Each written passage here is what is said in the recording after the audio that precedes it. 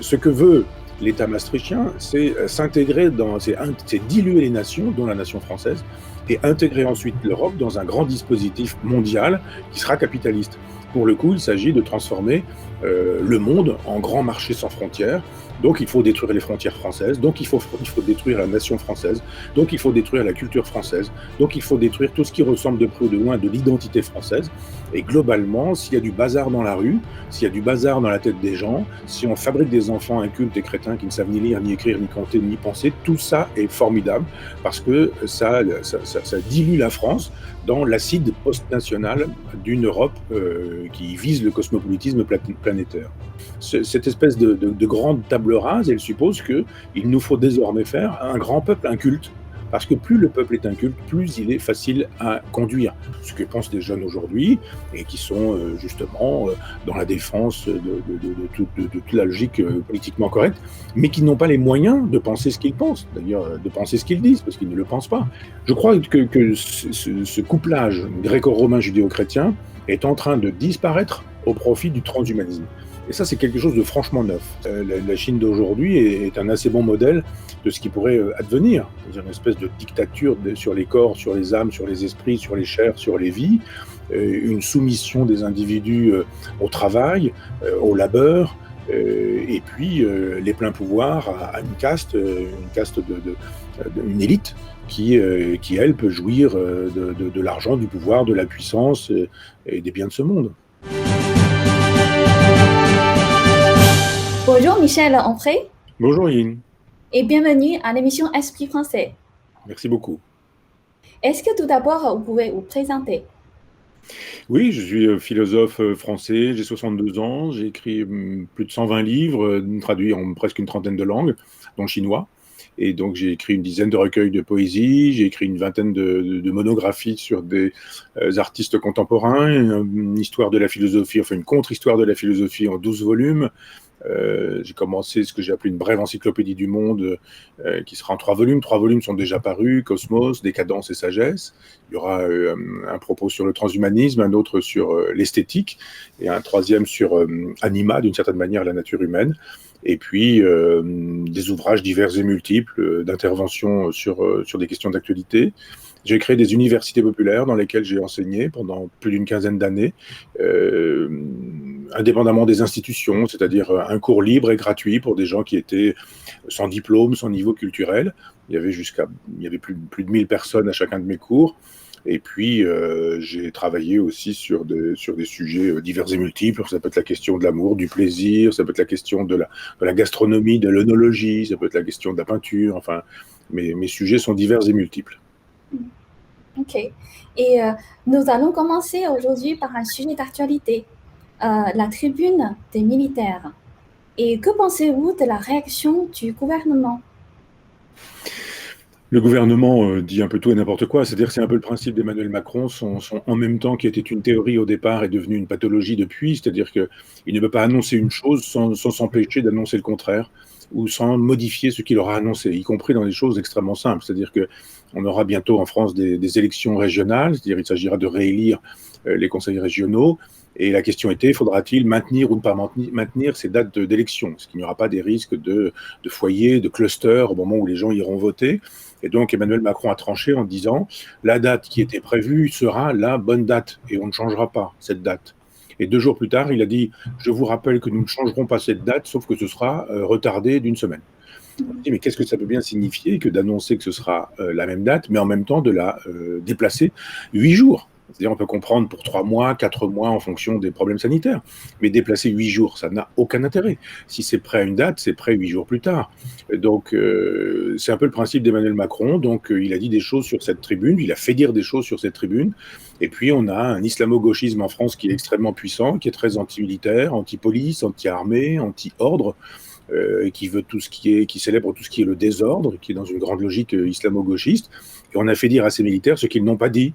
Ils ont juste dit, vous savez, il y a des problèmes en France. Et si vous voulez vraiment régler les problèmes, c'est tout de suite, parce que plus tard, ce sera impossible. Plus tard, il faudra appeler l'armée d'active. Et quand vous appellerez l'armée d'active, comme ce sera trop tard, ce sera violent. Donc c'était une invitation à prendre en considération l'état des lieux en France, à faire de telle sorte que les hommes politiques, à 12 mois, à une année de l'élection présidentielle, puissent se soucier de cette question-là. Et on a immédiatement dit qu'ils étaient des putschistes, qu'ils voulaient renverser la République, qu'ils appelaient à un gouvernement militaire, ce qui n'a évidemment jamais été le cas. Ils ont juste dit, s'il vous plaît, regardez ce qui a lieu, faites le nécessaire. Si vous ne faites pas le nécessaire, c'est hélas l'armée d'active qui sera obligée d'y aller et ce sera une catastrophe et le sang va couler. Et on a tout de suite dit que ces gens qui annonçaient que le pire aurait lieu si rien n'était fait étaient des gens qui voulaient le pire et qui feraient le pire et qui se comportaient comme des putschistes, ce qui n'a évidemment pas été le cas. C'est-à-dire que Emmanuel Macron a repris la rue, les propos de la rue, et a fait dire à sa ministre des Armées le contraire de ce que dit une ministre des Armées, c'est-à-dire une ministre des Armées défend l'armée. Et là, elle estime que l'armée est putschiste, que l'armée, ces gens-là sont des généraux qu'il faut mettre à la retraite, ils étaient déjà à la retraite la plupart, et que c'est inadmissible. Elle aurait pu expliquer c'est rien du tout, c'est juste une tribune de quelques personnes et ça n'est pas un problème et on passe à autre chose.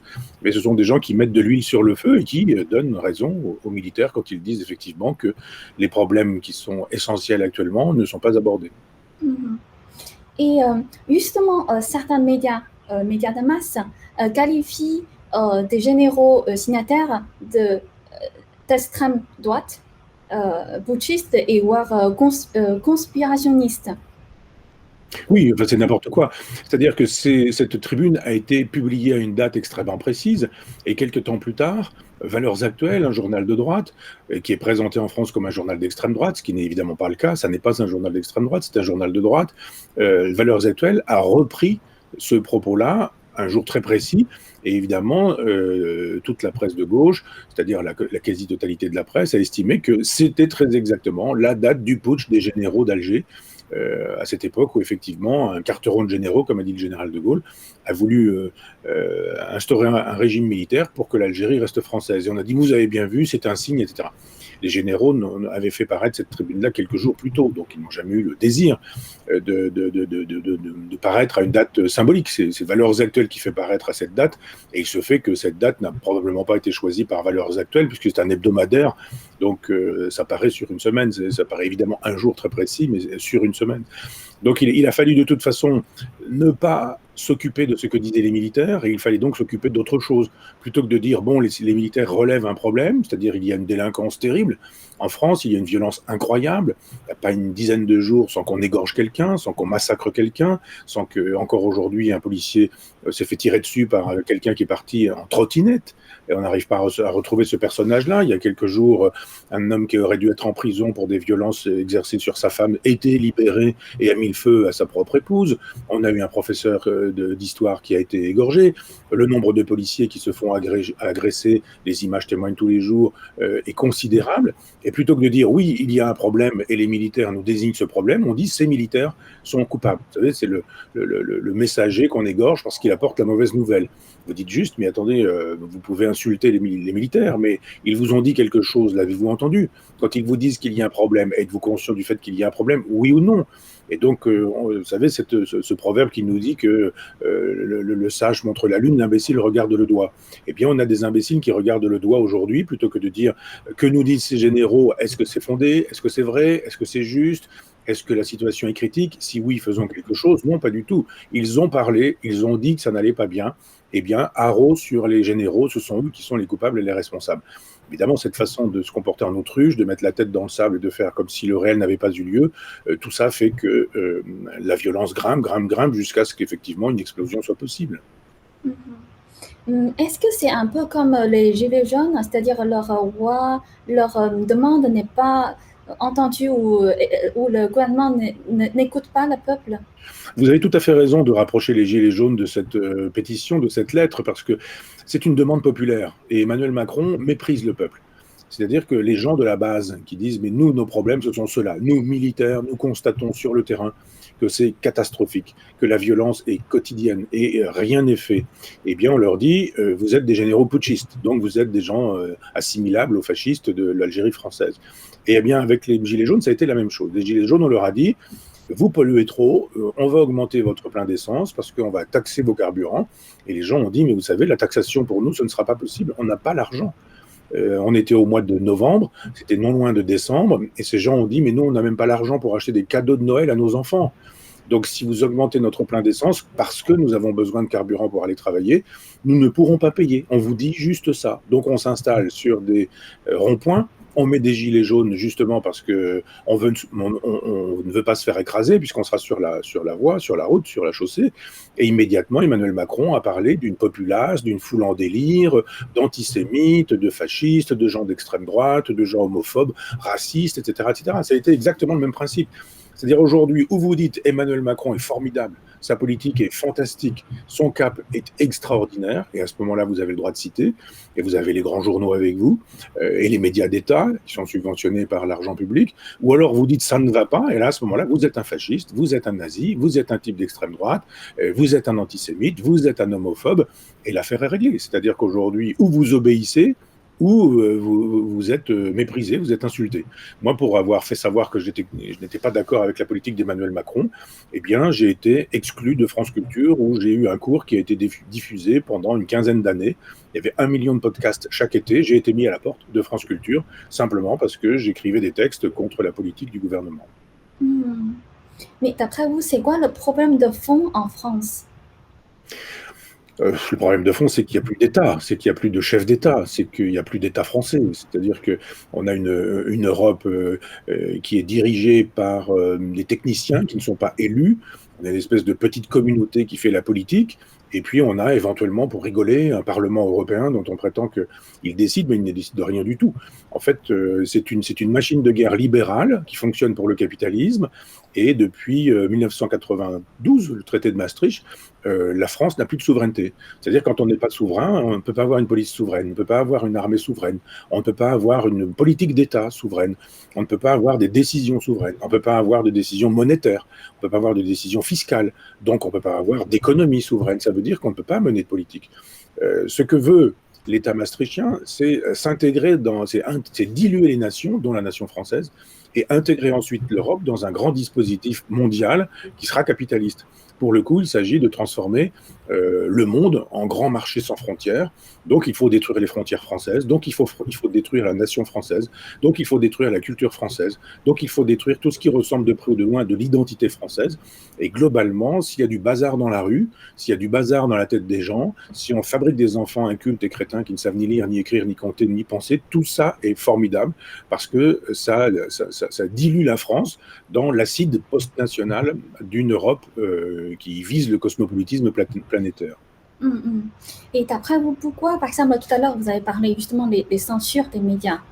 Et d'après vous, pourquoi, en fait, les médias de masse en France sont contrôlés par la gauche ou par une idéologie de gauche ou de la culture de woke ou le mondialiste? Oui, mais pour une raison bien simple, c'est que la quasi-totalité des journaux se retrouvent dans dans une poignée de main, enfin, comme les doigts de la main, je dirais. Vous avez 5 ou 6 milliardaires qui possèdent la totalité des titres français, la plupart. C'est-à-dire, il y a 2 ou 3 journaux qui échappent à ça, le Canard enchaîné, par exemple, mais tous ces journaux-là sont subventionnés par l'État. C'est-à-dire qu'ils ont des aides d'État. Si vous supprimez les aides d'État au Figaro, au Monde, à Libération, au Point, à l'Obs, à l'Express, tous, hein, y compris le Canard enchaîné, si vous supprimez les aides d'État, ces journaux-là s'effondrent. Donc il est bien évident que les aides d'État ne sont distribuées qu'à des journaux qui défendent le système comme il fonctionne.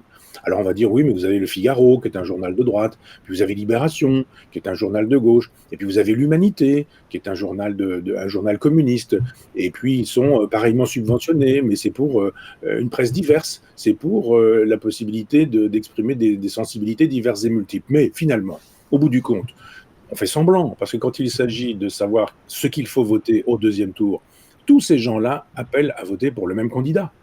Il s'agit toujours de faire front, de s'opposer à Marine Le Pen. On le dit dans le Figaro, on le dit dans Le Monde, on le dit dans Libération, et on le dit dans l'Humanité. Et on le dit dans l'Obs, et on le dit dans Le Point, et on le dit dans l'Express. Tous les journaux finissent par dire la même chose au deuxième tour. Alors avant, on fait semblant.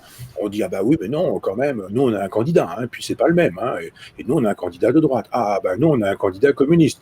Ah bah nous, on a un candidat de gauche. Ah bah nous, on a un candidat écologiste. Mais tous ces gens-là vont finir par voter exactement la même chose. Donc effectivement, on entretient l'illusion d'une presse libre, mais on subventionne une presse soumise. Nous, mes amis, enfin Stéphane Simon, qui est mon ami, et quelques autres amis, nous avons créé une revue qui s'appelle Front Populaire. Nous n'avons pas demandé l'aide d'État, nous ne sommes pas subventionnés par l'État, de sorte que nous pouvons dire ce que nous voulons, quand nous voulons, comme nous voulons, et on n'a pas les mains libres parce qu'on peut s'exprimer, on n'a de compte à rendre à personne. Vous avez aujourd'hui tout un système qui fait que si on estime que vous n'êtes pas politiquement correct, on peut vous supprimer la subvention d'État sans laquelle vous ne pouvez pas vivre. Donc évidemment, tous les journaux sont dans la logique du politiquement correct, c'est-à-dire que ce ne sont pas des journaux d'information, mais ce sont des journaux d'endoctrinement.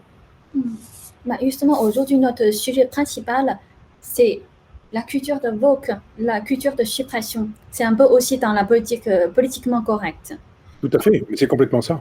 C'est-à-dire qu'il s'agit aujourd'hui de fabriquer des enfants incultes et de les nourrir avec cette mauvaise substance, cette mauvaise nourriture, ces mauvais aliments que sont les aliments du politiquement correct. Donc il faut être multiracial, cosmopolite, post-national, il faut être contre l'histoire, il faut défendre la théorie du genre, il faut défendre l'idée qu'il n'y aurait pas de culture en France, il faut défendre l'idée que finalement toutes les cultures se vaudraient, il faut défendre l'idée que la France, ça n'est jamais que le fascisme, le nazisme, le pétinisme, le colonialisme, que ça n'est donc pas bien, qu'il faut effacer tout ça, et que nous n'avons rien fait de bien, que rien de tout ce que nous avons fait est excellent.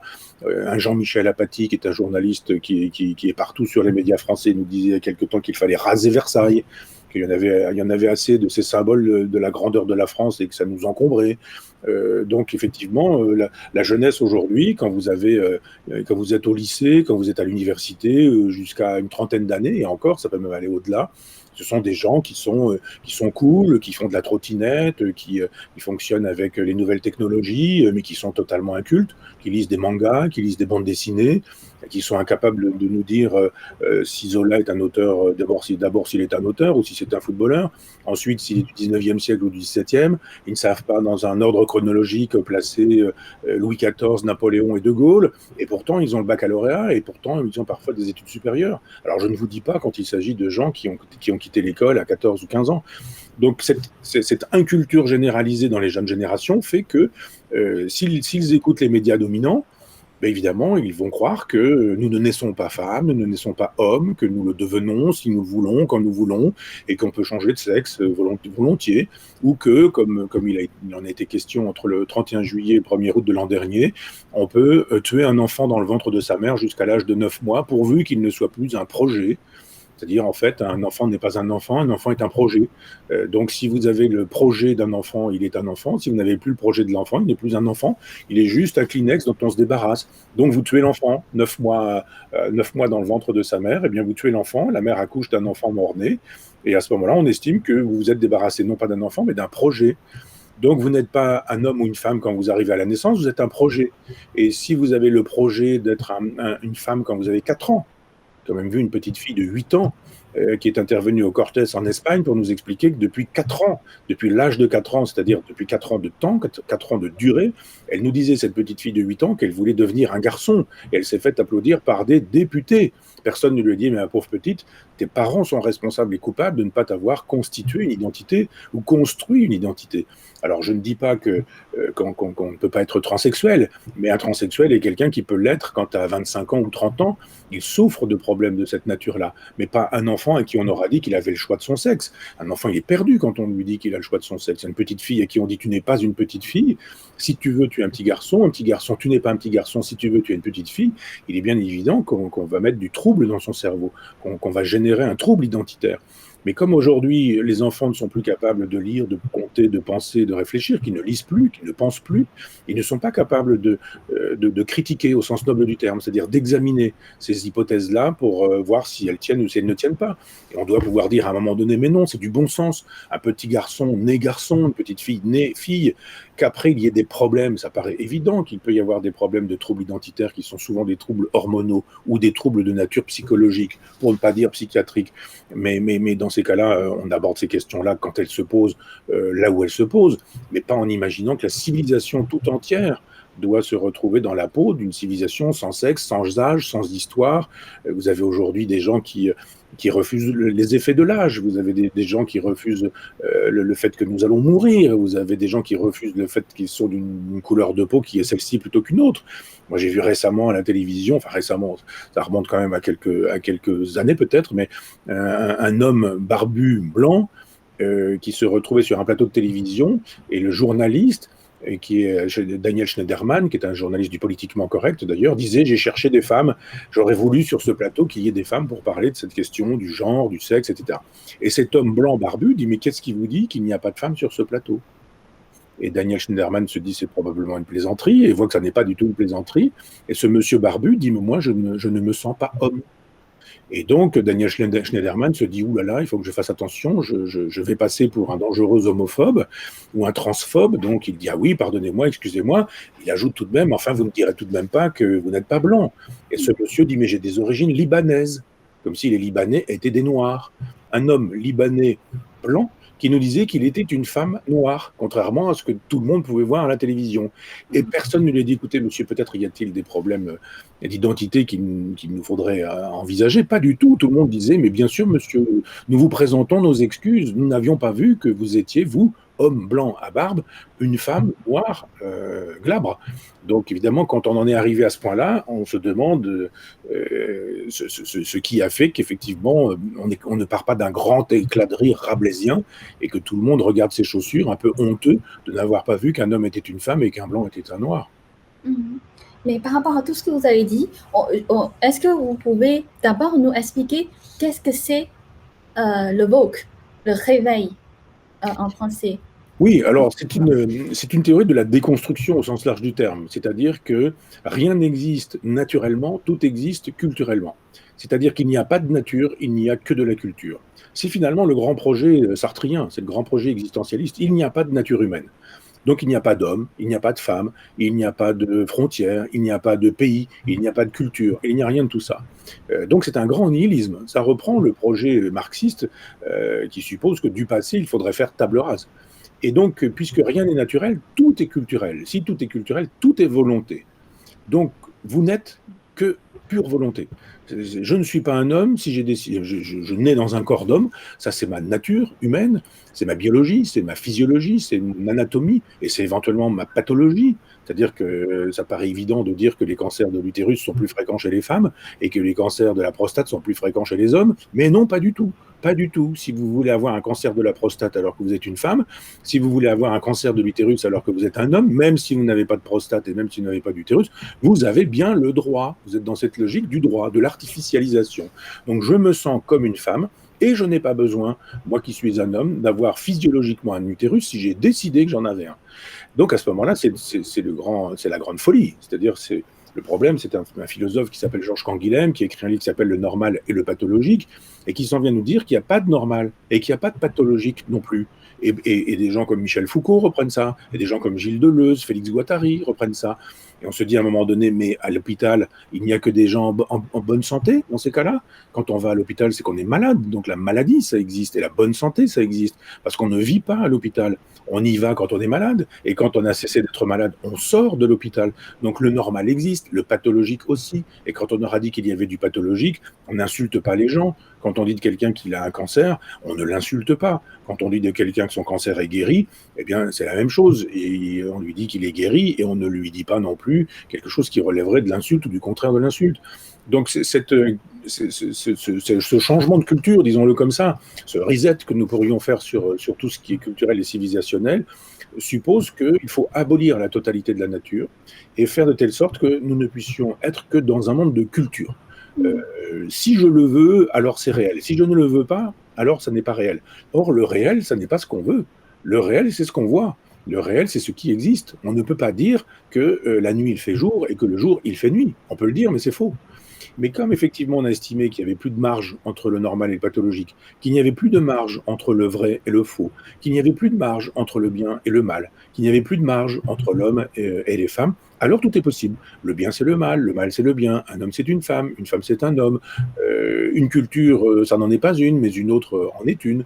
On va parler de la culture du football, on n'aura aucun problème pour parler de la culture du football, mais quand on parlera de la culture française, on s'entendra dire qu'il n'y a pas de culture française, il n'y a que des cultures en France. France. C'est ce qu'a dit par exemple Emmanuel Macron.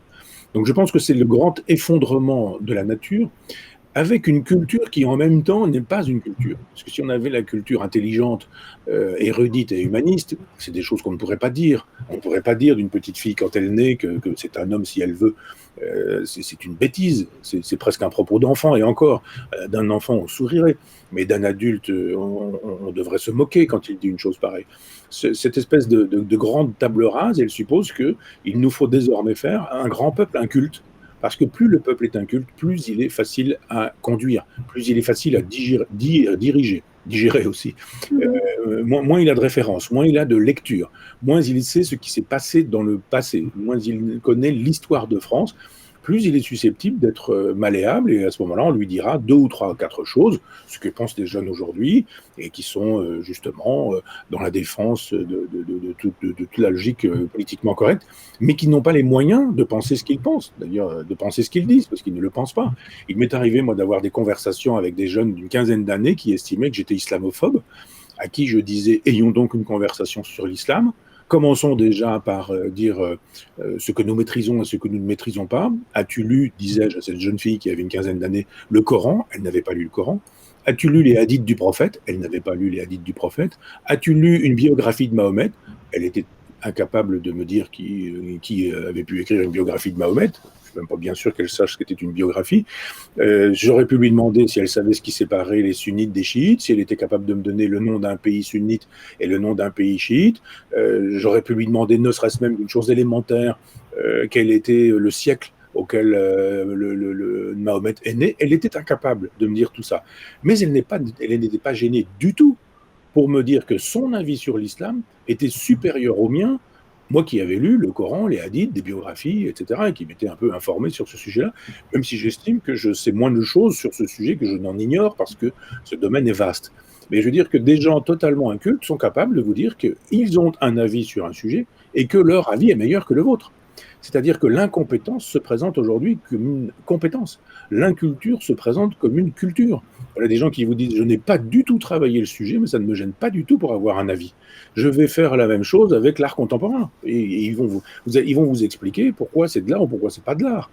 Sans savoir ce que c'est que l'art contemporain, ce qui le distingue de l'art moderne, quelles sont les époques je sais pas, de Courbet ou de Marcel Duchamp, mais en même temps, ils vont avoir un avis. Ils ne sont pas du tout gênés par le fait de donner des avis sur tout alors qu'ils n'ont jamais travaillé, alors qu'ils n'ont jamais lu un livre, alors qu'ils n'ont jamais réfléchi sur cette question.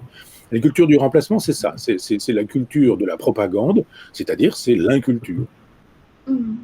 J'ai vu une définition sur Internet, sur le site Le Réveil. Je vais vous citer pour savoir votre avis. Il dit le wokisme est un mouvement d'inspiration marxiste qui a commencé avec les gens bien intentionnés qui voulaient mettre fin au racisme et à l'injustice sociale. Il s'est maintenant transformé en une culte qui cherche à réduire au silence tous ceux qui ne sont pas d'accord. Au début, c'est l'humiliation sociale et maintenant, c'est la violence, comme Antifa et Black Lives Matter. Oui, encore que, oui, c'est globalement ça. Mais je pense simplement que c'est des gens qui n'étaient pas animés de bonnes intentions au départ. C'est pas du tout des gens qui sont animés par de bonnes intentions. Je pense qu'il y a un basculement post-communiste au profit du gauchisme. C'est une espèce d'articulation extrêmement intéressante, c'est-à-dire que il y a un moment donné où effectivement le Parti communiste français s'effondre et où le gauchisme prend la place. En fait, on est dans les années 68. En mai 68, les communistes ont perdu. Mai 68 n'est pas un mouvement communiste, c'est un mouvement gauchiste. Le Parti communiste français s'entend avec le général de Gaulle, il y a les accords de Grenelle, la CGT dit on reprend le travail, et quand les ouvriers sont sollicités, les ouvriers disent non, non, non, nous on ne reprend pas le travail. Et à partir de ce moment-là, on voit bien que le Parti communiste ne fait plus la loi. La CGT ne fait plus la loi. Et puis après, il s'est passé plein de choses. Je veux dire qu'il y a eu le coup de Prague. Enfin, il y a plein de choses qui font que le Parti communiste s'est un peu effondré. Et puis en 1974, on publie l'archipel du Goulag en France. Et d'un seul coup, on se dit, alors le Parti communiste qui était indexé sur l'Union soviétique découvre que c'était le Goulag, que c'était la terreur, que c'était des millions de morts, que c'était la famine, que c'était un régime policier totalitaire. Donc d'un seul coup, plein de gens qui étaient marxistes cessent de l'être et comment font-ils pour trouver une idéologie de substitution? Ils deviennent gauchistes. Et le gauchisme dit: ah, mais Lénine était gentil, Staline était méchant, et Trotsky était formidable. Donc, on reste léniniste, on n'est pas stalinien, et on est si peu stalinien qu'on est trotskiste, puisque finalement, les trotskistes défendaient Lénine contre Staline, et le communisme et le goulag, c'est Staline, c'est pas Lénine. Ce qui est évidemment faux. Le goulag démarre avec Lénine, les purges démarrent avec Lénine, la révolution bolchevique, c'est un coup d'État, ça n'est pas un soulèvement populaire et démocratique, c'est un coup d'État militaire armé, et les purges, la Tchéka, toutes ces choses-là, c'est Lénine, c'est pas Staline. Staline, il continue, mais je veux dire que c'est d'abord Staline. Et Trotsky fait la même chose. C'est-à-dire que quand les marins de Kronstadt, en fait d'ailleurs en 1921, il y a eu un soulèvement des marins de Kronstadt, ça fait 100 ans, personne ne célèbre l'anniversaire de Kronstadt. Et pour cause, on découvrirait tout ce qu'il y a à découvrir. C'est-à-dire les marins disent, nous on a fait la révolution pour les soviets, c'est-à-dire pour les conseils. Eh bien on n'a pas eu les conseils, on a eu le parti. Et on ne veut pas le parti, nous on ne veut pas que le parti décide pour nous, on veut nous décider, c'est le principe du soviet. Trotsky envoie l'armée rouge et massacre les marins de Kronstadt. Donc, il faut arrêter avec cette mythologie du bon Lénine, du mauvais Staline et du génial Trotsky qui permet de résoudre la contradiction entre Lénine et Staline. Lénine, Staline, Trotsky, c'est la même chose. C'est exactement la même chose, c'est la même terreur. Donc, le gauchisme, il est trotskiste, et puis après, il sera maoïste, ou après ou en même temps. Et le maoïsme donne l'impression que finalement, Mao, ça n'a rien à voir avec l'Union soviétique, et on a un éloge de la révolution culturelle chez un nombre considérable d'intellectuels. Il ne faut pas oublier que Bernard-Henri Lévy a été maoïste, que André Glucksmann a été maoïste, que Philippe Solers a été maoïste, et qu'un grand nombre de gens comme Serge July, qui aujourd'hui nous fait l'éloge du libéralisme de l'Europe maastrichtienne, a été maoïste. Enfin, tous ces gens-là ont défendu une révolution culturelle qui a fait des millions de morts. Des millions de morts. Et là, on se dit finalement, cette idéologie-là, eh bien, elle a ses penseurs, elle a ses philosophes. Et ce sont les gens de ce que Luc Ferry et Alain Renaud ont appelé la pensée 68, c'est-à-dire tous ces gens qui ont estimé qu'il fallait instaurer le gauchisme culturel et que le gauchisme culturel devait pouvoir faire la loi. Or, le wokisme, c'est très exactement la production du gauchisme culturel. L'effondrement du Parti communiste, le surgissement de l'extrême gauche et l'accompagnement de cette extrême gauche par les intellectuels de la déconstruction, c'est très exactement ce qui advient tout de suite. C'est-à-dire que ces gens ont écrit des ouvrages, Surveiller et punir de Michel Foucault, l'anti-Édipe de Deleuze et Guattari, enfin tous ces ouvrages-là, ou de la grammatologie de Derrida, tous ces ouvrages-là ont généré des études aux États-Unis qui sont devenues les études de la déconstruction. Donc leur problème, ce n'était pas d'abolir le racisme, ce n'était pas d'abolir la phallocratie ou la misogynie, pas du tout. C'était d'instaurer une société de type gauchiste. Et dans cette société de type gauchiste, il fallait des Vietnams partout, selon le mot de Che Guevara. Et ces Vietnams partout, c'était à chaque fois, ou par exemple la question des microfascismes chez Foucault, à chaque fois que vous avez un homme et une femme, par exemple, vous avez du microfascisme. Eh bien, il faut des micro-résistances. Ces micro-résistances, elles sont révolutionnaires. Nous y sommes. Le wokisme, c'est très exactement ça. Un homme dit à une jeune femme, enfin une femme, elle n'a pas besoin d'être jeune, qui la trouve jolie, par exemple, c'est un violeur. Puisque phallocratie, puisque principe de misogynie, puisque patriarcat, puis etc. etc. Bon, d'accord, très bien. C'est-à-dire quelqu'un qui se fait insulter par quelqu'un de couleur parce que voilà, il se fait juste insulter, il insulte un blanc et le blanc dit mais enfin, on n'a pas à me parler comme ça, on dit vous êtes raciste, etc. etc. C'est-à-dire qu'immédiatement, le coupable c'est la victime c'est le coupable, et maintenant, si on n'est pas alors je dirais de couleur, si on n'est pas de la bonne couleur, disons-le plutôt comme ça, si on n'est pas de la bonne couleur, si on n'est pas de la bonne religion, si on n'est pas de la même, de la bonne religion, si on n'est pas de la bonne, du bon lignage, je dirais, alors on a tort tout le temps. Si on est en revanche de la bonne couleur, de la bonne religion, etc., on a raison tout le temps, quoi qu'on fasse. Un exemple, il y a eu en Allemagne, un soir de 31 décembre, il y a eu 500 femmes qui se sont faites violer par des arabo-musulmans, j'utilise l'expression de Rokhaya Diallo, qui n'est pas suspecte d'être mon amie, puisqu'elle est indigéniste. Elle nous a expliqué que finalement, Rokhaya Diallo et puis d'autres, parfois je me trompe parce qu'ils ont été quelques-uns, donc oublions le nom de Rokhaya Diallo parce que des fois je me trompe avec sa compagne et enfin, avec une amie intellectuelle à elle, et à chaque fois on me reproche d'avoir dit des choses fausses. En fait, disons, les indigénistes nous disent sur ce viol que finalement, les arabo-musulmans hommes qui ont violé les femmes blanches sont des victimes, les violeurs, pendant que les femmes sont des coupables. Pour une raison bien simple. Ces hommes sont issus d'une religion, ils ont une couleur de peau qui fait la démonstration qu'ils ont été racisés. C'est-à-dire que même si ce n'est pas eux qui ont été victimes de racisme, leurs ancêtres ont été racisés. De sorte qu'on les a privés de leur virilité. Privés de leur virilité, ils veulent la recouvrer et ne peuvent la recouvrir que sur le mode de la violence. C'est une contre-violence, aurait dit Sartre dans la critique de la raison dialectique. Cette contre-violence fait que donc ces hommes arabo-musulmans violent des femmes blanches. Or, ces femmes blanches, elles sont coupables parce qu'elles sont blanches et que autant les racisés, eux, peuvent dire eh ben moi, voilà, j'ai des ancêtres qui ont subi le racisme, eh ben moi, c'est toujours dans mon cerveau, c'est toujours ça, c'est un des acquis de la psychanalyse. Eh bien moi, quand je suis blanc, j'ai aussi hérité de la violence raciale, raciste des Blancs quand ils sont allés coloniser l'Amérique, par exemple, en 1492. Donc moi, par exemple, je suis blanc, mes ancêtres ne sont jamais allés coloniser l'Amérique en 1492, et bien de toute façon, j'ai quand même hérité de cette violence des Blancs. Donc, quand cette femme blanche se fait violer, elle est la descendante de Christophe Colomb, pendant que le violeur de couleur, lui, il est le descendant des pauvres esclaves qui ont été colonisés. Moyennant quoi, la femme violée, chacun dirait, elle est victime. Non, elle est coupable parce qu'elle est blanche. Et l'homme violeur, on dira, bah, il est coupable. Non, il est victime puisqu'il est racisé. Voilà comment on arrive à inverser totalement les valeurs et justifier que le bien soit le mal et que le mal soit le bien. Vous êtes racisé, vous avez tous les droits. C'est-à-dire que votre couleur vous rend possible tout ce que vous voudrez, vous aurez de toute façon raison tout le temps. Vous êtes du côté des Blancs, votre couleur fait que vous aurez toujours tort. Ce qui donne des choses extravagantes. Par exemple, Victor Schœlcher, un blanc qui a travaillé à l'abolition de l'esclavage en France, se fait déboulonner, une statue de Victor Schœlcher se fait déboulonner en Martinique sous prétexte que cet homme qui a aboli l'esclavage ne l'a pas aboli puisqu'il était blanc. Alors que l'histoire montre que c'est effectivement lui qui est à l'origine de la loi sur l'abolition de l'esclavage, mais puisqu'il était blanc, il n'est pas légitime à avoir aboli l'esclavage.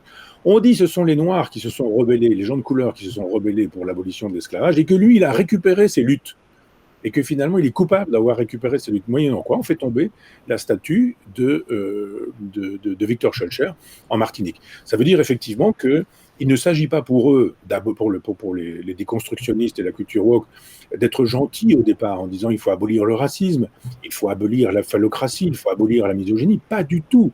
Ce qu'ils veulent, c'est un nouveau racisme. C'est une nouvelle phallocratie. C'est une nouvelle misogynie. C'est-à-dire qu'une femme qui se fait mariée à l'âge de 8 ans parce que c'est la charia, on trouve ça formidable. Les islamo-gauchistes trouvent ça formidable. C'est la tradition, qu'il faut respecter la tradition. Si vous ne respectez pas cette tradition, c'est que vous êtes encore un colonialiste. Donc vous dites, ben voilà, une petite fille de 8 ans qui est mariée, ça c'est le nouveau féminisme. Si vous dites une femme peut être mariée à un homme qui a 3 ou 4 autres femmes et peut se faire répudier, vous dites formidable. C'est une coutume, c'est une tradition, cette coutume-là, vous n'avez pas à être contre. Si vous êtes contre, c'est que vous faites fonctionner encore votre tropisme colonialiste. C'est imparable, c'est imparable. Vous êtes blanc, vous avez toujours tort. Vous êtes de couleur, vous avez toujours raison. Ben, justement, tout à l'heure, vous avez dit il y a justement cette inversion de valeurs. Et vous avez dit aussi, pas de valeurs, notre société s'effondrera. Oui, alors c'est-à-dire que les valeurs judéo-chrétiennes se sont effondrées au profit de nouvelles valeurs, qui sont les valeurs d'une civilisation à venir. Et cette civilisation à venir, elle suppose effectivement que le racisme est devenu une valeur, la misogynie est devenue une valeur, la phallocratie est devenue une valeur, l'antisémitisme est devenu une valeur. Vous dites pas que vous êtes antisémite, vous dites que vous êtes antisioniste, c'est pas la même chose. Et vous dites l'État d'Israël n'a pas le droit d'exister. Ah, mais je ne suis pas antisémite, ça n'a rien à voir. Bien sûr que si, ça a à voir. Si l'État d'Israël n'existe pas, que font les Juifs? Où sont les Juifs qui sont dans l'État d'Israël? On les remet sur un bateau et on les renvoie dans une diaspora planétaire. Qu'est-ce que c'est que cette justification de l'excision, de l'infibulation, du mariage des petites filles, des mariages forcés, si ce n'est de la misogynie ou de la phallocratie? Ah ben non, pas du tout. Donc ça, c'est une nouvelle phallocratie, etc. C'est-à-dire qu'effectivement, il y a de nouvelles valeurs qui passent pour des valeurs progressistes et qui sont des valeurs, les valeurs d'antan, c'est-à-dire le racisme, la misogynie, la phallocratie. Ce qu'on prétend combattre, finalement, on le réinstaure. Mais quand c'est passé par la moulinette de la charia, c'est beaucoup mieux. Mhm. Et tout à l'heure aussi, vous avez parlé de wokisme qui est lié de l'événement mai 68. Et j'ai pensé aussi, parce que c'est la même période de la révolution culturelle chinoise, c'est commencé à 66.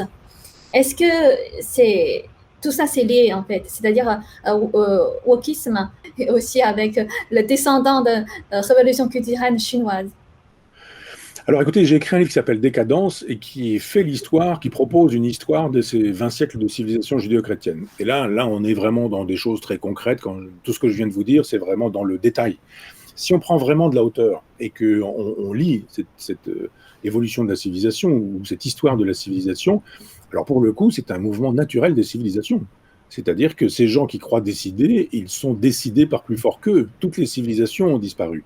Toutes. C'est-à-dire que vous regardez aujourd'hui Lascaux, Cosquer ou la grotte Chauvet, vous dites la civilisation préhistorique a disparu. Et vous allez aujourd'hui à Luxor et vous voyez les pyramides, Képhren, Mykérinos, etc. Plus personne ne croit aujourd'hui en Égypte au dieu Horus, par exemple, ou à la déesse Nout. C'est fini, on ne croit plus à ces dieux-là. Prenez Assur, prenez Sumer, prenez Babylone, tous ces dieux-là, plus personne n'y croit. Ces civilisations sont mortes. C'est la même chose avec la Grèce. Si vous allez sur le Parthénon, il n'y a pas un seul grec aujourd'hui à Athènes qui croit à l'existence de Zeus ou à l'existence d'Héra, d'Apollon. C'est fini, c'est terminé. Si vous prenez un avion et que vous allez à Rome et que vous vous retrouvez sur le Forum romain, personne ne croit à Jupiter, personne ne croit à Romulus, enfin peu importe, je veux dire, tous les noms des dieux romains, c'est fini. Le polythéisme romain, c'est terminé. Toutes ces civilisations-là ont disparu. Pourquoi notre civilisation judéo-chrétienne ne disparaîtrait-elle pas? Ce serait la première dans l'histoire des humanités à survivre. Donc je crois que comme une mouche obéit au temps, comme un univers obéit au temps, comme une fleur obéit au temps, comme un papillon, un arbre obéissent au temps, comme vous et moi nous obéissons au temps, les civilisations obéissent au temps. Donc elles ont des moments de naissance, de croissance, des moments d'acmé, de pleine puissance, puis des moments de descente, de décadence, d'effacement et de disparition. C'est ainsi. Et je pense que notre civilisation judéo-chrétienne est sur une pente très descendante. Et évidemment, plus vous descendez, plus la vitesse est grande. Et nous en sommes là. C'est-à-dire que cette civilisation, elle va laisser la place à une autre civilisation. Ce sera celle d'Elon Musk.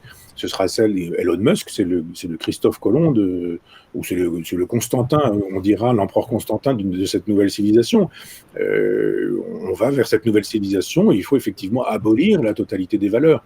Il y a eu un tuilage entre le gréco-romain et le judéo-chrétien. C'est-à-dire qu'en gros, notre civilisation judéo-chrétienne, par définition, elle commence avec le christianisme, avec Jésus, avec l'existence historique de Jésus. Je ne crois pas à l'existence historique de Jésus, enfin, c'est un autre problème. Mais, donc, il y a Jésus, mais il y avait précédemment les Juifs. Et précédemment, Jésus associé aux Juifs, il y avait les Romains eux-mêmes associés aux Grecs. C'est-à-dire qu'il y avait un lignage gréco-romain, puis judéo-chrétien, et il y a eu un tuilage entre les deux moments, on a conservé pas mal de choses. D'une certaine manière, on est en train de célébrer Napoléon aujourd'hui. Napoléon sans Rome, ça n'existe pas. Il est fasciné par les empereurs romains, etc. Je crois que ce couplage gréco-romain judéo-chrétien est en train de disparaître au profit du transhumanisme. Et ça, c'est quelque chose de franchement neuf. C'est-à-dire que les civilisations qui généraient des civilisations avec des traces encore, une espèce de filiation, si vous voulez. Vous avez des enfants, et bien vos enfants, ils ont votre matériel génétique. Eh bien, là, je crois que la civilisation transhumaniste n'aura rien du matériel génétique des civilisations précédentes. Je pense que l'avenir de notre civilisation est très exactement dans notre passé le plus primitif, mais que ces hordes primitives, elles vivront sur le principe d'Elon Musk, c'est-à-dire qu'on aura des hordes qui seront en possession des clés du monde, pendant que d'autres erreront comme des esclaves et se feront massacrer, détruire, élever comme des animaux. Enfin, je pense que ce vers quoi nous allons n'aura pas grand-chose qui ait à voir avec l'humanisme, ça c'est sûr. Tout à l'heure, vous parlez de comment dire, on est dans le cycle de destruction, pour près. Oui. Décadence et destruction. D'effondrement, oui. Parce que vous êtes athée chrétien à la base. Je suis athée dans une civilisation chrétienne. D'accord, c'est-à-dire vous êtes peut-être contre la formalité des chrétiens, c'est ça, la formalité de l'Église, mais vous croyez il y a quelque chose qui est supérieur. Non, je suis vraiment athée, c'est-à-dire je ne crois pas à la transcendance, je ne crois pas à un autre nom de Dieu, je ne suis pas déiste, je ne suis pas païen non plus, c'est-à-dire j'aime la nature, j'aime les forces de la nature, j'aime la puissance de la nature, mais je ne voue pas un culte à ces forces de la nature. Je suis ému devant la croissance d'un arbre, je suis ému devant la fragilité d'un papillon, mais je ne vais pas me mettre à genoux et faire quelque chose qui ressemble à une prière à l'endroit du dieu des papillons ou du dieu des arbres. Je suis un athée, vraiment complètement athée, mais je ne suis pas insensible à la spiritualité des gens, quelle que soit cette spiritualité. L'athée que je suis fait son signe de croix quand je suis dans une église, enlève ses chaussures avant d'entrer dans une mosquée et porte une kippa devant le mur des lamentations, ce qui me paraît la moindre des choses. Est-ce que vous croyez à la réincarnation? Pas du tout. C'est la définition de l'athée. La religion, pour moi, ça se définit de manière extrêmement simple. C'est une vision du monde qui nous dit que le sens de ce monde se trouve dans un arrière-monde, se trouve dans un autre monde. Il y a un au-delà, et cet au-delà donne son sens à l'ici-bas. Moi, je ne crois pas à l'existence d'un au-delà. Je crois qu'il n'y a qu'un ici-bas. Maintenant, l'astrophysique a quand même beaucoup évolué entre Galilée et Einstein, par exemple, et puis Einstein et nous, aujourd'hui, il s'est passé des choses considérables. C'est vraiment, la physique quantique est extrêmement intéressante. C'est-à-dire, on sait aujourd'hui que ce qui vaut comme point de repère ne vaut que dans notre univers. Le haut, le bas, l'avant, l'arrière, etc. Enfin, toutes ces choses-là, ça suppose notre espace à 3 dimensions. Mais si vous êtes dans un espace à 15 dimensions, par exemple, c'est même inconcevable. Le fameux killigone, c'est-à-dire cette forme à 1000 côtés. Vous voyez bien ce que peut avoir un polygone à 1000 côtés, vous voyez bien quelle forme ça peut avoir, parce que vous imaginez globalement un certain nombre de côtés, mais vous n'allez pas concevoir les 1000 côtés. Et bien là, c'est exactement la même chose, c'est-à-dire ce que nous rendent possible les connaissances de la physique quantique, j'ai failli dire métaphysique quantique parce que je pense que la physique quantique mérite une métaphysique quantique qui n'est pas encore advenue. J'y travaille un peu de mon côté, mais ça c'est le projet d'un livre. Ce qui fait qu'aujourd'hui, si on sort de notre univers, on sait qu'il y a des multivers, des plurivers. C'est ce que Épicure appelait la pluralité des mondes. Et donc, je ne crois pas à des arrière-mondes, mais je crois à l'existence de mondes qu'on ne connaît pas. Et là, pour le coup, on n'est pas dans une logique métaphysique, c'est-à-dire au-delà de la physique, mais dans une logique physique. Et donc, je ne crois pas à des arrière-mondes, mais je crois que les mondes tels qu'ils existent actuellement, pour ce que nous en savons grâce à la physique quantique, sont déjà suffisamment inquiétants, étonnants, fabuleux, mystérieux, pour qu'on en ait le souci plus que de s'imaginer des arrière-mondes qui n'existent pas. Est-ce que vous croyez, par exemple, il y a une loi de la nature à respecter? Par exemple, je fais un exemple, le sexe est déterminé par la nature. Oui. Et maintenant, on croit que l'homme peut décider, c'est-à-dire peut choisir le sexe selon notre volonté. Est-ce que, au fond, c'est contre la loi de nature? Et du coup, on est sur la loi de destruction. Oui, bien sûr. C'est-à-dire, on sait très bien, d'ailleurs, si un garçon veut être une fille, on va fabriquer de la fille avec des hormones et avec des opérations de chirurgie plastique, et vice-versa. Donc, il y a un moment donné où, effectivement, on ne peut pas se contenter de dire « nous ne sommes que de la culture ». C'est faux. On est essentiellement de la nature. Quand un garçon veut devenir une fille, on ne lui dit pas « vous allez lire pendant 10 heures par jour les écrits de Judith Butler ». Ça ne suffira pas pour changer de sexe. Il faudra injecter des substances hormonales et il faudra opérer ces corps-là pour enlever des sexes ou rajouter des sexes. Et d'après vous, pourquoi justement maintenant ce mouvement de transgenre, de genre, ça devient très répandu partout dans le monde? Je ne sais pas ce que vous avez entendu, par exemple, je vous fais un exemple. Au Canada, il y a le père qui s'oppose au changement de sexe de sa fille de 14 ans, est en prison. C'est difficile à croire, mais il est réellement en prison parce que, et de plus, c'est l'école qui a encouragé la fille pour le changement de sexe. Mais pourquoi il y a ce mouvement même le gouvernement, même l'école, il encourage l'enfant de faire ça? Oui, parce que c'est la logique du politiquement correct. Si vous allez dans les écoles françaises aujourd'hui, on ne prend plus le temps d'apprendre je sais pas, enfin, les fables de La Fontaine, parce que immanquablement, elles sont probablement misogynes, homophobes, etc. Mais on va apprendre qu'on peut changer de sexe. Ça, il y a eu dans les écoles françaises. J'ai vu une émission à la télévision l'autre jour sur une chaîne d'État, c'est-à-dire payée avec l'argent du contribuable, qui s'appelle la chaîne parlementaire. Et bien sûr, cette chaîne parlementaire, qui normalement procède de l'Assemblée nationale, eh bien, il y avait un reportage d'un instituteur qui rentrait dans une classe et dont le travail consistait à prendre un groupe de garçons, puis ensuite de prendre un groupe de filles et d'inquiéter les enfants, alors qu'un instituteur devrait au contraire les structurer, leur produire une identité. Et là, il prenait des petits garçons, il disait, alors vous êtes sûr des petits garçons? Qu'est-ce qui fait que vous êtes des petits garçons? Et alors c'est quoi les filles pour vous, etc., etc.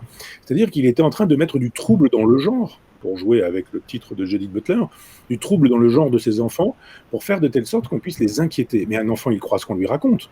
Si vous lui dites qu'il y a le Père Noël, il va croire au Père Noël. Si vous lui dites que le bon Dieu existe, il va croire au bon Dieu. Et puis, à un moment donné où il va cesser d'y croire, je dis au Père Noël, pas toujours au bon Dieu, parce que ça peut durer. Mais si vous dites à un enfant que le garçon n'est pas un garçon, que la fille n'est pas une fille, qu'un garçon peut devenir une fille, et vice-versa, que vos parents vous le disent aussi, qu'à la télévision vous le fait savoir, que vous avez la projection d'un film à l'école qui vous en fait la démonstration et la promotion, bah vous allez le croire.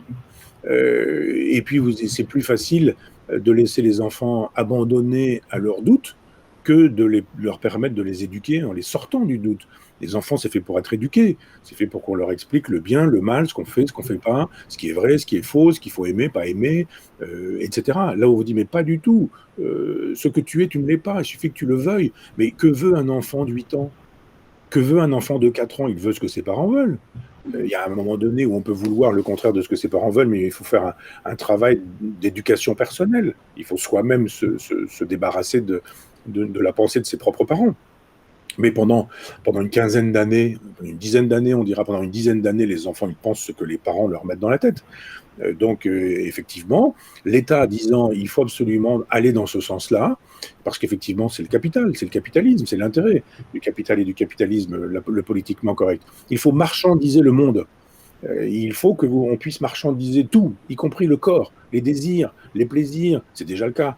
Il faut qu'on puisse marchandiser le sperme, les spermatozoïdes, les ovules, les utérus, les locations d'utérus. Il faut qu'on puisse vendre ou louer des organes, qu'on puisse transformer les organes. On vous enlève un cœur, on vous en remet un autre, et puis on fait un prélèvement, et puis on utilise des cellules souches, et puis on vous refait un programme. Et puis aujourd'hui, on peut très bien prendre les cellules souches qui vous constituent, et puis faire de telle sorte que ces cellules souches, elles vivent leur vie. C'est-à-dire que vous pourriez avoir dans un hôpital ou dans un laboratoire exactement le corps que vous avez. Exactement, c'est le même corps. Alors vous n'auriez évidemment pas le même cerveau parce que vos parents ne vous éduqueraient pas de la même manière et ils ont pris un certain âge, si vous avez la chance de les avoir encore, l'époque n'est pas la même, etc., etc. Mais biologiquement, vous auriez votre banque d'organes. Le jour où vous avez un problème cardiaque, eh bien, on prélève le cœur de votre double, de votre avatar, d'une certaine manière, et puis on le remet sur vous, puis etc., etc. On sait qu'on peut faire tout ça, mais on ne va pas faire ça gratuitement, bénévolement, bien sûr. Il faut que ça ait un coût pour que ça puisse être vendu, acheté, pour que ça puisse être l'objet d'une marchandisation. Le transhumanisme veut ça. Donc, si vous voulez votre santé, si vous voulez votre éternité, vous pouvez acheter votre éternité. Il y a un moment donné où votre cerveau va commencer à s'abîmer un peu, et puis votre corps se sera aussi beaucoup abîmé. Il y a un moment donné où on vous dit, il n'y a aucun problème, on peut changer votre corps. Si on vous enlève un œil, vous restez toujours la même. Si on vous enlève les 2 yeux, même chose. Si on vous enlève un bras, c'est la même chose. Si on vous enlève une jambe, vous êtes toujours vous. Vous êtes toujours yin, et il y a un moment donné où vous ne serez plus vous-même parce qu'on va toucher à votre cerveau. Donc la question, c'est aujourd'hui, que fait-on du cerveau? Eh bien, si on vous met un autre cerveau à la place de votre cerveau, ce sera évidemment pas le vôtre. Ce sera le cerveau d'un autre. Et là, vous serez un autre. Mais Elon Musk travaille actuellement à ça. C'est une société qui s'appelle Neuralink qui l'a créée et qui travaille sur ce sujet. Nous pouvons aujourd'hui faire se développer des organes, votre cerveau par exemple, ce sera exactement le cerveau que vos cellules souches aura produit. Simplement, les informations qu'on donnera à ce cerveau, on les donnera via un ordinateur. C'est-à-dire que toutes vos datas, tout ce que vous dites quand vous téléphonez, quand vous écrivez un mail, etc., etc., etc., votre voix, si vous l'avez enregistrée, avec toutes ces datas, on peut faire des algorithmes et remettre tout ça, c'est le projet d'Elon Musk, remettre tout ce qu'il y a dans votre cerveau dans un cerveau neuf qui serait, là encore, on n'est pas dans la nature, on est dans la culture, mais qui serait une espèce de cire sur laquelle on pourrait mettre une empreinte. C'est-à-dire, vous avez une espèce de disque dur qui serait vierge, et sur ce disque dur vierge, mais qui serait très exactement votre cerveau quand vous êtes né, eh bien, on mettrait les informations qui sont celles que vous auriez acquises. Donc, on aura changé votre cerveau sera le même sans être le même, c'est-à-dire ce qu'il y avait dans votre cerveau est conservé, c'est un nouveau support, il peut repartir pour 100 ans. Donc, vous voyez les perspectives ouvertes par le transhumanisme. Il y a un marché extraordinaire à faire. Il ne s'agit plus là de faire de telle sorte que les consommateurs achètent une bouteille d'eau, qu'ils achètent un paquet de Kleenex, qu'ils achètent une voiture ou qu'ils achètent une maison dans leur vie. Il s'agit d'acheter son immortalité. Il s'agit d'acheter sa santé. N'importe qui est prêt à mettre une fortune pour acheter sa santé et son immortalité. Seuls quelques-uns le pourront, d'autres ne le pourront pas, de sorte qu'on aura, comme à l'époque égyptienne, vous aurez une société de scribes avec une espèce de petite élite qui disposera des pouvoirs et de la puissance, pendant que d'autres seront des réservoirs à organes, des réservoirs à travail. On aura transformé des singes en humanoïdes, juste ce qu'il faut pour qu'ils puissent répondre quand vous leur demanderez de vous fabriquer votre petit déjeuner ou d'éteindre vos lumières ou je ne sais quoi. Et ça, ce sera tout à fait possible. Qu'on ait des espèces de domestiques qui seraient un mélange d'hommes et d'animaux, qui ne se rebelleraient pas, qui ne diraient jamais non, qui diraient toujours oui monsieur, etc., y compris pour la sexualité. C'est-à-dire que la sexualité classique, old school, je dirais, du désir, du plaisir, de la séduction, de la reproduction, etc., à quoi bon quand vous aurez à disposition les partenaires de votre choix, pour les circonstances de votre choix, pour les relations que vous voudrez. Vous voyez bien que quand on évacue la nature, la culture rend possible tous les fantasmes possibles, imaginables. Est-ce qu'on peut dire le but final de wokisme ou d'autres forces qui conçuent ces idées, c'est pour détruire l'humanité? En fait, quand vous dites si le cerveau, si notre pensée n'est plus le nôtre, c'est-à-dire on n'est plus nous-mêmes et sans l'esprit, c'est pas l'homme. Ben c'est justement le transhumain, c'est-à-dire que l'homme classique, l'homme qui de sa conception, je dirais, de ses débuts dans l'humanité jusqu'à aujourd'hui, eh bien, ce sera une chose finie, ce sera une chose passée, ce sera une chose terminée. Donc, à un moment donné, on dira dans le temps, il y a eu des hommes qui, etc. Comme on parle aujourd'hui des humanoïdes du début, Lucie, par exemple, cette jeune femme, enfin, on dit jeune femme, jeune singe, jeune femme, enfin bon, voilà, eh bien, on dira, il y a une époque où ça s'appelait les humains. Et on rira, on dira, mais vous vous rendez compte, ils avaient ces maladies-là, ils les soignaient comme ça, ils vivaient juste 90 ans ou 80 ans, ah bon, c'est quand même incroyable, puis ils faisaient des enfants comme ça, ah oui, mais oh, c'est quand même incroyable, etc. Et on rira de cette humanité qui est la nôtre, comme nous rions aujourd'hui, enfin du moins, comme nous regardons, on regardera cette humanité comme on regarde l'humanité des singes primitifs qui étaient arboricoles. Nous descendons de singes arboricoles. Et donc, on peut dire en plaisantant que l'homme descend du singe, mais que le singe descend de l'arbre, et que, à un moment donné, on dira, nous descendons des humanoïdes, et les humanoïdes, c'était ça. En l'occurrence, c'était nous. Et certains diront, mais alors, ils pensaient, c'est quoi penser? Ils écrivaient des livres, mais c'est quoi écrire? C'est quoi des livres? Et puis, ils vieillissaient, mais c'est quoi vieillir? Et puis, ils mouraient, mais qu'est-ce que ça veut dire, mourir? Donc, je pense que le transhumanisme cherche ça. C'est clairement le projet d'Elon Musk, hein, il s'en cache pas. Mais est-ce que vous croyez l'homme qui vient de singe? Oui. Vous croyez ça? Ok. Mais simplement, je ne vois pas comment on peut ne pas le croire. Sauf si on croit en Dieu. Si vous croyez en Dieu, vous êtes dans l'hypothèse créationniste et il n'y avait rien et Dieu crée l'homme. Bon, d'accord, mais là, on est dans une hypothèse religieuse.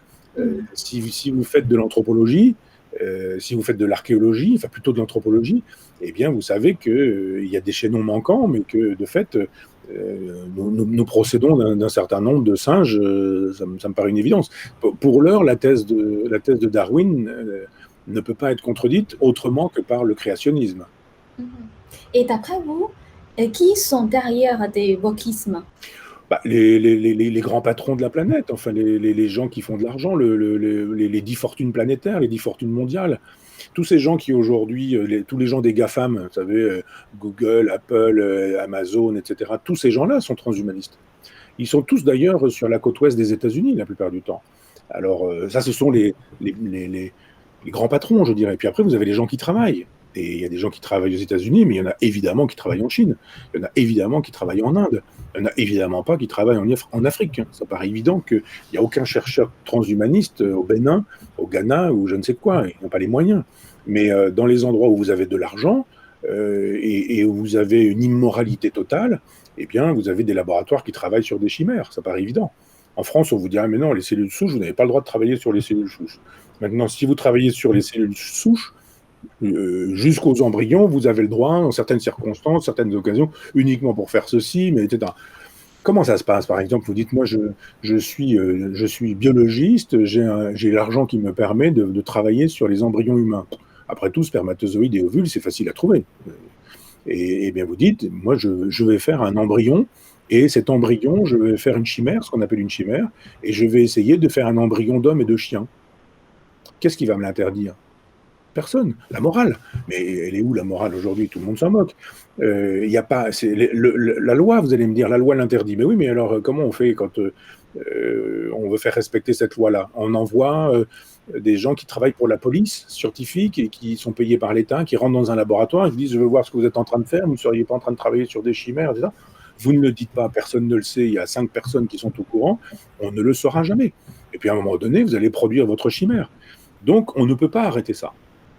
Rien ne peut arrêter ça. Il n'y a pas de police scientifique possible, il n'y a pas de morale possible. Quelques-uns sont retenus par la morale, mais ces gens-là qui travaillent à ce projet-là ne sont pas retenus par la morale. Et donc, immanquablement, si c'est scientifiquement, si c'est techniquement faisable, ce sera fait. Et comme ce sera fait et que ça s'imposera, il y a un moment donné où ce sera devenu moral. Et dans, je sais pas, 5 siècles, ce qui nous paraît aujourd'hui une immoralité confondante, ce sera au contraire la morale du moment. Donc, c'est-à-dire le vrai problème, tout ce qui s'est passé actuellement, le vrai problème, c'est la chute de la moralité. C'est pas le seul problème, mais c'en est un. Oui, bien sûr. Il y a aujourd'hui plein de scientifiques qui, un, ne sont pas prêts à s'arrêter, mais deux, sont surtout prêts à continuer. En disant, mais moi j'ai envie d'aller jusqu'au bout. Ça m'intéresse de savoir ce que je peux faire si j'associe un singe et un homme. Aujourd'hui, une relation sexuelle entre un singe et un homme, ça ne donne rien. Et c'est fort heureux. Mais en laboratoire, ça peut marcher. Si c'est effectivement vos cellules souches qui ont rendu possible la fabrication d'un cœur à côté, c'est totalement votre cœur, on le recoue, il n'y a évidemment aucun problème. Mais si on le fabrique avec un porc, on dit voilà, on prend vos cellules et c'est avec un porc, et le cœur du porc, ce sera votre propre cœur. On coupe le cœur du porc, le porc, après ça on peut même en faire des grillades, et puis après on vous le met sur vous, et vous êtes porteuse d'un cœur qui est le vôtre, mais pas le vôtre, puisque c'est aussi celui d'un cochon en même temps. C'est médicalement faisable et évite les traitements anti-rejets qui sont essentiellement les rejets, les problèmes qui rendent difficiles les transplantations, et ça marche. Et on vous dit, mais alors vous voudriez qu'on ne fasse pas ce genre de choses alors qu'on pourrait vous sauver la vie? Vous avez aujourd'hui un cancer du pancréas. Quand vous avez un cancer du pancréas, c'est pas compliqué, il vous reste 6 mois à vivre. Là, on vous dit pas de problème, on enlève le pancréas, on en remet un autre. Et vous allez survivre. C'est toujours comme ça quand vous fait, c'est le cheval de Troie, si vous voulez. C'est toujours comme ça qu'on vous fait avancer les mauvaises idées, en vous les présentant comme bonnes. Vous voyez qu'aujourd'hui, par exemple, on peut donner des souvenirs à une souris de choses qu'elle n'aura pas vécues. Et on ne dit pas autre chose qu'on fait ça pour des bonnes raisons. Évidemment qu'on le fait pour des bonnes raisons. On vous dira, mais attendez, vous avez des grands-parents qui ont la maladie d'Alzheimer. Eh bien, aujourd'hui, la possibilité de leur redonner des souvenirs perdus, vous vous rendez compte, c'est formidable. Ils n'auront pas la maladie d'Alzheimer. Vous dites, ah bah ouais, c'est quand même formidable. Sauf que le problème, c'est évidemment pas pour les gens, les personnes âgées qui ont la maladie d'Alzheimer. Il s'agit simplement de mettre dans le cerveau des souvenirs qui ne se trouvent pas dans ce cerveau. De sorte que vous qui aurez avec toute votre vie, vous avez une mémoire particulière. Si cette mémoire, on est capable de la mettre sur un support matériel ou immatériel, peut-être un support numérique, on dira, en attente, et que en attente, cette substance peut être remise sur un cerveau, voilà. Sauf que, en attendant, si c'est sur un support, ça peut être manipulé, ce qui se trouvera sur le support. C'est-à-dire, on dira, tiens, elle a les souvenirs de ça, c'est pas bien. Les souvenirs traumatisants, on va les enlever. Et puis, elle n'a pas lu La Recherche du temps perdu. Je ne sais pas, je ne parle pas de vous. Je veux dire, cette personne n'ayant pas lu la Recherche du temps perdu, on va lui mettre la connaissance, la lecture de La Recherche du temps perdu, une lecture qu'elle n'aura jamais faite. Vous voyez la manipulation du cerveau, ce qu'on peut faire, on enlève, on rajoute, on fabrique des gens sur mesure. Simplement, le problème, c'est qui décide de qui fait ça? Et celui qui décide de qui fait ça, c'est le maître du monde. Et là, vous aurez toujours des candidats à la maîtrise du monde et des candidats à être les amis ou les compagnons de route de ces maîtres du monde. Mhm. C'est en gros, c'est une partie de majorité peut-être de la société, les hommes, ce sera transformé des hommes sans esprit. Qui auront l'esprit qu'on leur mettra, que les maîtres, disons-le comme ça, que les maîtres leur mettront dans la tête. On leur mettra des choses, on enlèvera des choses. On dira ça c'est intéressant à savoir, ça c'est pas intéressant. Alors vous pensez bien que on vous mettra plutôt dans le cerveau qu'il faut obéir plutôt qu'il faut vous rebeller. Et s'il y a l'espace mental ou l'espace neuronal qui est l'espace de la rébellion, cet espace on va l'anéantir. Ça paraît aussi évident qu'on fabriquera des animaux obéissants. C'est déjà un peu le cas. Hein. Aujourd'hui, dans les écoles, on fabrique une jeune génération qui pense comme tout le monde, enfin comme toute sa génération. Le clonage, il est déjà parti, il est déjà en marche. Et c'est quoi la racine de ce mouvement? C'est le communisme marxiste? Oui, on peut imaginer effectivement que ça ressemble à un communisme généralisé, mais peut-être pour le coup à un communisme chinois, c'est-à-dire un mélange de marxisme et de capitalisme, c'est-à-dire de ce qu'il y a de pire dans le marxisme et de ce qu'il y a de pire dans le capitalisme. C'est-à-dire que le capitalisme, on peut imaginer qu'après tout, si c'est un maximum de gens qui accèdent à un maximum de biens, qui sont des biens de consommation, de plaisir, de jouissance, ou etc., on peut dire après tout, pourquoi pas. Mais si le capitalisme, c'est l'art d'asservir les gens au travail et de les exploiter, de les humilier, de les sous-payer, etc., voilà. Le marxisme, on se dit, bah, après tout, si c'est une société égalitaire, de justice et de fraternité, pourquoi pas. Mais si en même temps, c'est la société du goulag où on détruit quiconque ne pense pas comme il faut penser, évidemment, voilà, on prend le pire des deux idéologies. Et à mon avis, je pense que la Chine d'aujourd'hui est un assez bon modèle de ce qui pourrait advenir, c'est-à-dire une espèce de dictature sur les corps, sur les âmes, sur les esprits, sur les chairs, sur les vies, une soumission des individus au travail, au labeur, et puis les pleins pouvoirs à une caste une élite qui, elle, peut jouir de l'argent, du pouvoir, de la puissance et des biens de ce monde. Est-ce que pour vous, le transhumanisme, on dit c'est ça, transhumanisme, va bientôt arriver? Va bientôt nous arriver ou Ouais. Il est là, il est déjà.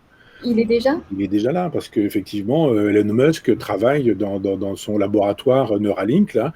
Il travaille très précisément à ce projet-là. Il y a une truie qui s'appelle Gertrude qui dispose d'un microprocesseur dans le cerveau et il est en train de donner à ce microprocesseur les informations qui vont humaniser cette truie. Ça existe, c'est là.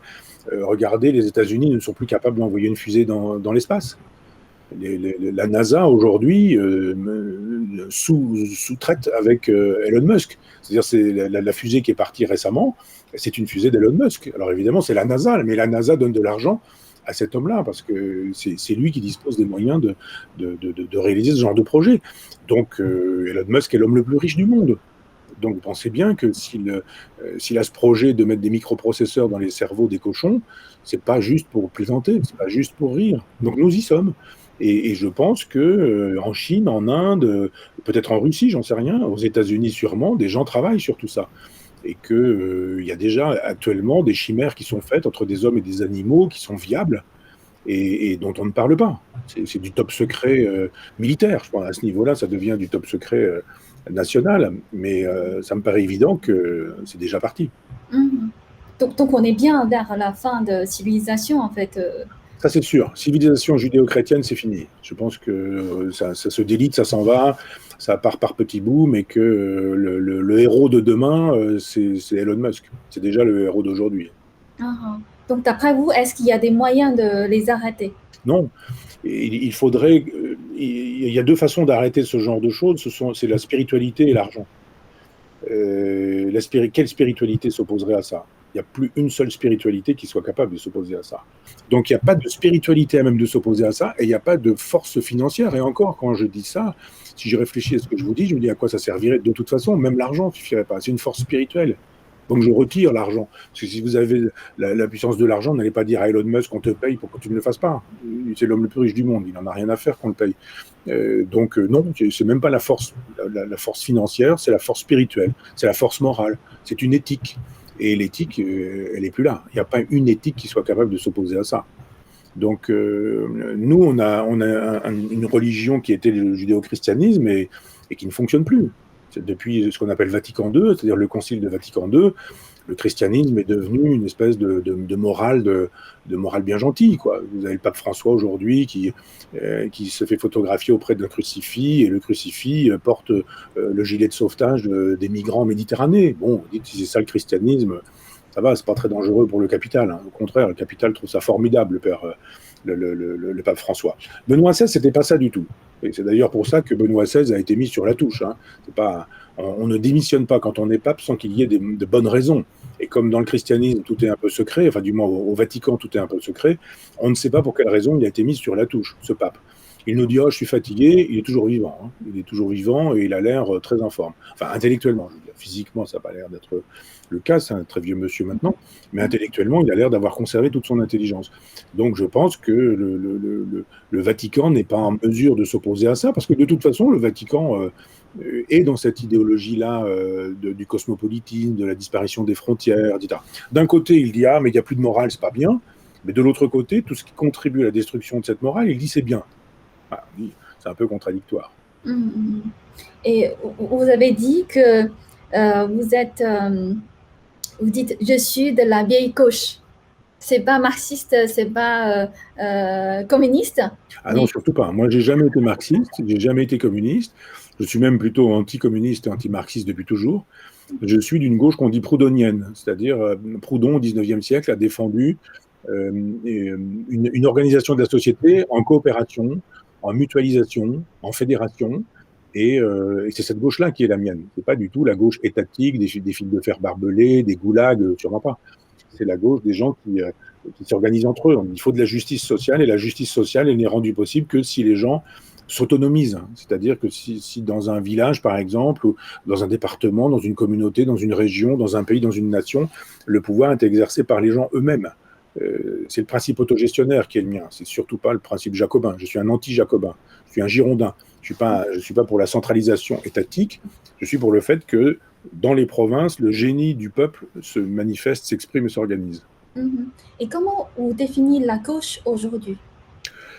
Alors à la gauche, vous avez un spectre très large entre Emmanuel Macron, qui était le représentant d'une gauche libérale, et puis l'extrême gauche, par exemple, du nouveau parti anticapitaliste de Besancenot, en passant par la gauche de Mélenchon, du Front de gauche, enfin de la France insoumise, la gauche du Parti communiste français, ou l'aile gauche du Parti socialiste, ou l'aile droite du Parti socialiste. Vous avez des façons diverses d'être de gauche, mais pour moi, on ne peut pas être de gauche et libéral. On ne peut pas être de gauche et défendre l'Europe maastrichtienne. On ne peut pas être de gauche et dire qu'on est contre le souverainisme. Donc pour moi, c'est déjà les trois quarts de la gauche qui disparaissent.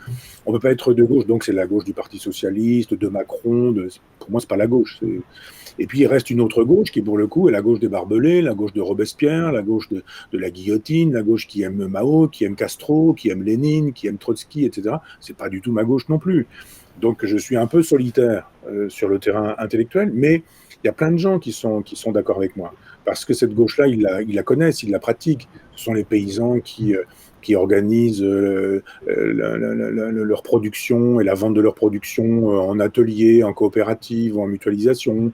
Ce sont les gens qui font des crèches ensemble parce qu'ils se disent dans l'immeuble, on va créer une crèche, ou d'autres qui vont fabriquer une école alternative, ou des principes, mais qui sont devenus maintenant des principes gâchés par l'argent, mais comme par exemple le partage des voitures, le partage des maisons, les échanges de maisons, ce genre de choses. Enfin, tout ce qui est coopératif, mutualiste et contractuel. C'est ça qui m'intéresse. Et avant de conclure notre interview, et quel est votre message pour le peuple? C'est-à-dire, à la base, ils sont pas d'accord avec, par exemple, le wokisme ou le mondialisme ou la culture de suppression. Mais par peur, ils ont choisi de suivre le courant. Non, il y a plein de gens qui ne suivent pas le courant. C'est-à-dire, à part c'est une minorité agissante qui défend cette idéologie-là. Et la minorité agissante fait toujours beaucoup plus de bruit que les minorités silencieuses. Mais les jeunes, ils sont effectivement, la plupart du temps, pas tous, hein, il y a une belle jeunesse aussi, une belle jeunesse intelligente qui lit, qui a de l'esprit critique, qui aime encore les classiques, les humanités, etc. Mais je veux dire, une jeunesse qui ne pense pas beaucoup, des gens qui se laissent influencer parce qu'ils pensent que la droite c'est toujours mal et la gauche c'est toujours bien, que Libération c'est un journal de gauche, ou enfin bon, les gens qui sont désireux d'obéir, ils sont effectivement dans cette culture woke, mais ils sont minoritaires. C'est-à-dire que la majorité des Français trouvent qu'on marche sur la tête. Simplement, cette majorité est silencieuse. Et par définition, une majorité silencieuse ne fait pas beaucoup de bruit. Et par définition aussi, une minorité active, ça fait du bruit, c'est très visible. Mais vous avez peut-être 20 000 personnes qui descendent dans la rue pour défendre le wokisme, mais vous avez 40 millions de gens qui sont contre, ou 30 millions. Mais 30 millions de gens, ça ne descend pas dans la rue. Non, moi je suis assez optimiste sur la santé mentale des Français. Ils ne sont pas corrompus par le wokisme, sauf que le wokisme a corrompu la quasi-totalité des médias, des télés, les radios, les universités, les écoles, enfin les lieux de décision. C'est ça qui est un peu problématique. Ok. Mais merci beaucoup, Michel André. C'est moi qui vous remercie.